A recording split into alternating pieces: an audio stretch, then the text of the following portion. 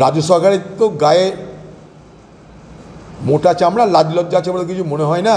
তাহলে আমরা বলি গন্ডারের চামড়া, এদের গন্ডারের চামড়া থেকে মোটা চামড়া কিছুই ভেদ করে না, অভেদ্য চামড়া। সুপ্রিম কোর্টে আপনার যাওয়ার কি দরকার ছিল? পশ্চিমবঙ্গ সরকারকে বলবো, আপনি নিজে বলছেন সিবিআই, আপনি নিজে বলছেন 7 দিনের মধ্যে ফয়সালা করব। সবই যদি আপনি পক্ষে বলেন, তাহলে সুপ্রিম কোর্টে কেন যাচ্ছেন? আপনি তো প্রমাণ করে দিলেন অপরাধীদের রক্ষা করতে আপনি ব্যস্ত, অপরাধীদের রক্ষা করতে আপনি সচেষ্ট। তাই আমার আপনার ঘরের টাকা দিয়ে বড় বড় সমস্ত আইন বিশারদদের নিয়োগ করে আপনি সুপ্রিম কোর্টে রাজ্যকে রক্ষা করতে চাইছেন। তার মানে আপনি আজও অপরাধীদের রক্ষা করতে, আপনি নির্যাতিতদের রক্ষা করতে নন, আপনি অপরাধীদের রক্ষা করতে। রাজ্য সরকারের তো গায়ে মোটা চামড়া, লাজ লজ্জা আছে বলে কিছু মনে হয় না।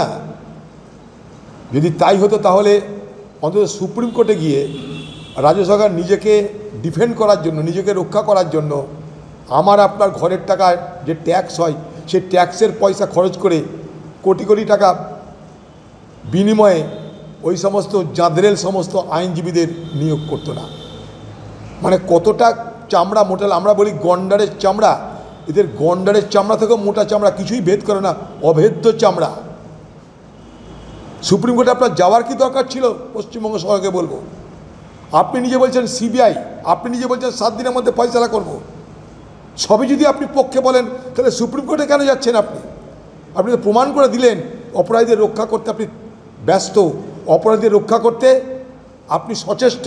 তাই আমার আপনার ঘরের টাকা দিয়ে বড় বড় সমস্ত আইন বিশারদদের নিয়োগ করে আপনি সুপ্রিম কোর্টে রাজ্যকে রক্ষা করতে চাইছেন। তার মানে আপনি আজও অপরাধীদের রক্ষা করতে, আপনি নির্যাতিতদের রক্ষা করতে নন, আপনি অপরাধীদের রক্ষা করতে। তদন্ত হওয়া উচিত কারা সেদিন শ্মশানে তাড়াতাড়ি করে সেই ডাক্তারের মৃতদেহ পোড়ানোর জন্য চাপ দিয়েছিল শ্মশান কর্তৃপক্ষকে। তারা তৃণমূলের নেতা স্থানীয়, তারা যাতে ডেড বডিটা তাড়াতাড়ি পুড়ে যায় তার জন্য লাইন ব্রেক করে সেই ডেড বডিকে তাড়াতাড়ি করে পুড়িয়ে দেওয়ার ব্যবস্থা করলো তাদের প্রশাসনিক ক্ষমতাকে ব্যবহার করে। এই লক্ষণগুলো কি বলছে? উপর থেকে নির্দেশে সব কিছু হয়েছে, উপর থেকে নির্দেশ বিষয়টাকে ধামাচাপা দিতে হবে, উপর থেকে নির্দেশ সমস্ত তদন্ত গুলিয়ে দাও, উপর থেকে নির্দেশ আমার সম্মান যাতে না হয় তার ব্যবস্থা করো। তোমাদের খেতে দিয়েছে, পড়তে দিয়েছি, 75 ভাগ ধান্দা পকেটে ভরতে দিয়েছি, বাকিটা তোমরা সামলাও। উপরের নির্দেশে শুরু হয়েছিল অপারেশন ধামাচাপা। তাই এফআইআর নাই, আত্মহত্যার গল্প, শ্মশানে তাড়াতাড়ি মৃতদেহ পুড়িয়ে দেওয়ার গল্প সব পরপর আসছে। তদন্ত করতে করতে যদি অপরাধীর তালিকা বাড়ে, সেই অপরাধীর তালিকা নবান্ন পর্যন্ত পৌঁছানো উচিত বলে মনে করি।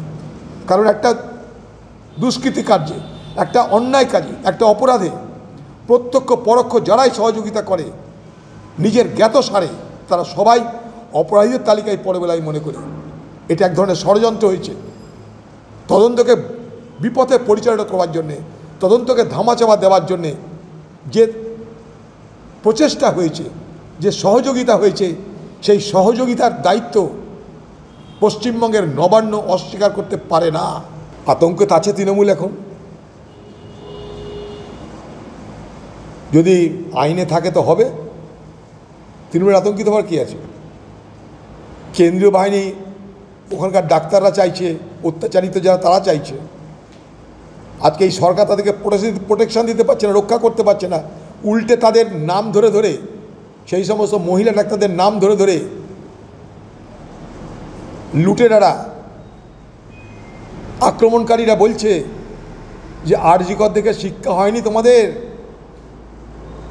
তোমাদেরও আরজিকর হবে।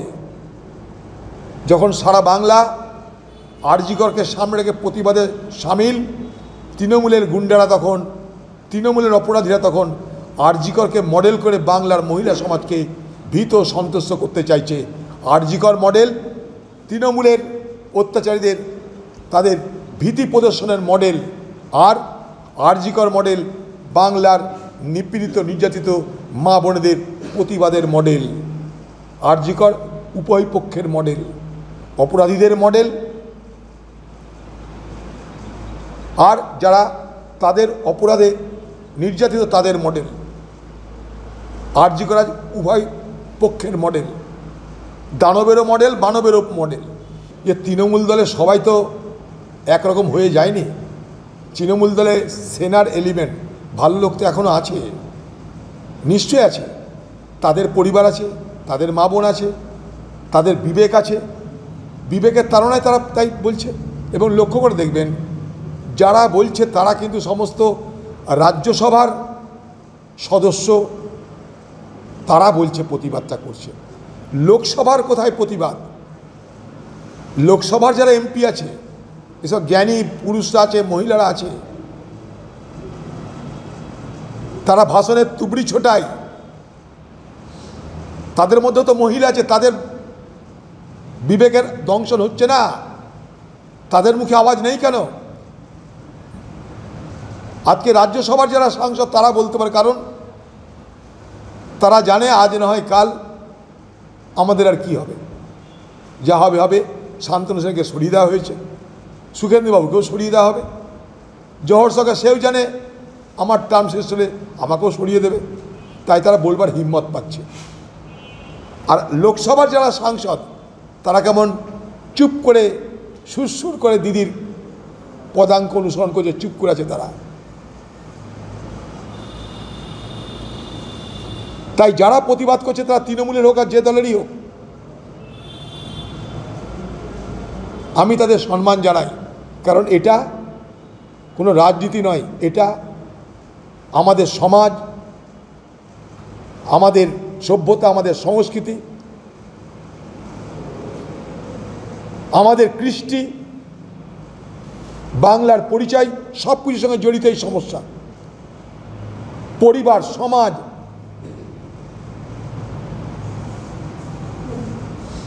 আমাদের সংস্কৃতি, আমাদের কৃষ্টি, সব কিছুর সঙ্গে জড়িত এই ঘটনা। সব কিছু ধূলিসাৎ হয়ে যাচ্ছে আজকে এই বর্বরচিত ঘটনার মধ্যে দিয়ে।